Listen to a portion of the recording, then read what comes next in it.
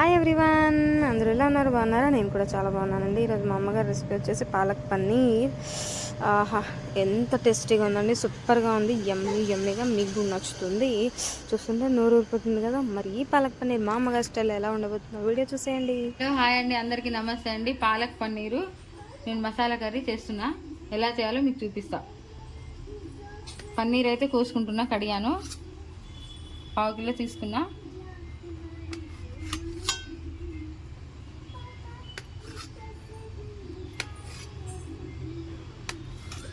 నచ్చిన సైజులో మనం ఇవి కట్ చేసుకోవచ్చు.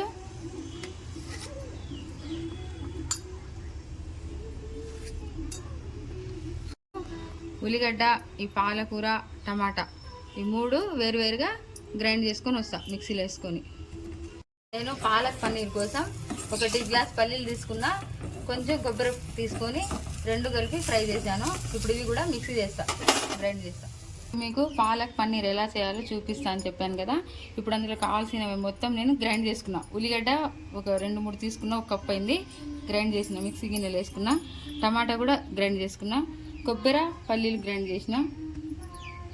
ఇవి 2 కలిపి ఇంత అయింది, ఇవి కూడా వేసేస్తా. కొత్తిమీర, ఇదేం పాలక్ గ్రైండ్ చేసిన. నా స్టైల్లో నేను ఎలా చేస్తానో మీకు చూపిస్తాను, చూడండి, చాలా బాగుంటుంది, చూడండి. స్టవ్ ముట్టించాను. ఇప్పుడు నేను ప్యాన్ పెట్టాను. ఇప్పుడు ఆయిల్ వేసుకుందాం.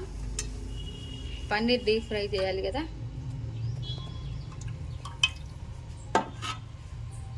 నేను ఇప్పుడు ఆయిల్ వేడైంది, పన్నీర్ ఇప్పుడు డీప్ ఫ్రై చేసుకుంటున్నా. 1/2 కిలో తీసుకున్నా.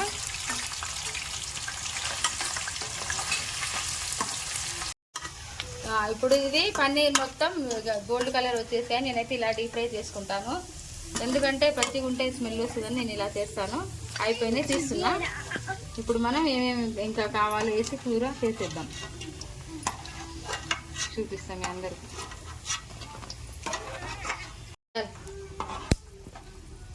నేను 2 బిర్యానీ ఆకులు, లవంగు, చెక్క, స్టార్ పువ్వు, 2 ఇలా చేశాను తాలింపులో.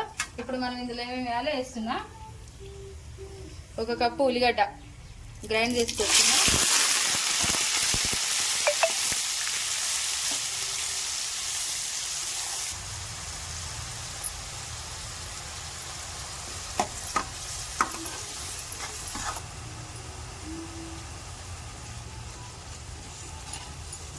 ఇప్పుడు 1 కప్పు టమాటా.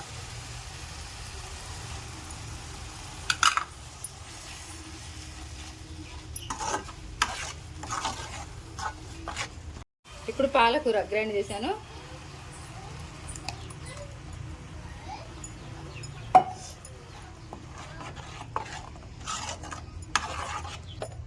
ఇప్పుడు కారం 2 స్పూన్లు వేద్దాం.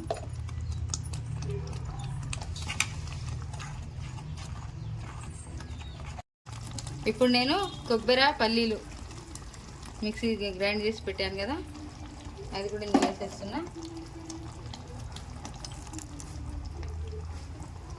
మొత్తం దగ్గరికి బాగా ఉడికిన తర్వాత పన్నీర్ వేసుకుందాం. గ్రేవీ చాలా బాగా వస్తుంది. చూసారా, ఆయిల్ మొత్తం పైకి వచ్చింది, బాగా ఉడికింది. ఇప్పుడు నేను ఈ పన్నీర్ ముక్కలు వేసేస్తున్నా. ముందుగా డీప్ ఫ్రై చేసి పెట్టుకున్న ముక్కలు వేసేస్తున్నా.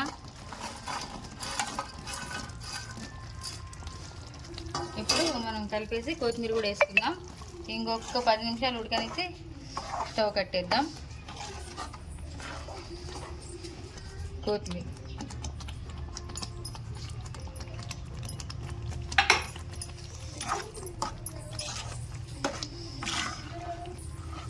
అంతేనండి, పాలక్ పన్నీరు రెడీ అయిపోయింది. ఒక 5 నిమిషాలు ఉడికితే కూర రెడీ అయిపోతుంది. మీకు నచ్చితే మీరు కూడా ట్రై చేయండి, లైక్ చేయండి, కామెంట్ చేయండి. నా స్టైల్లో నేను చేశాను.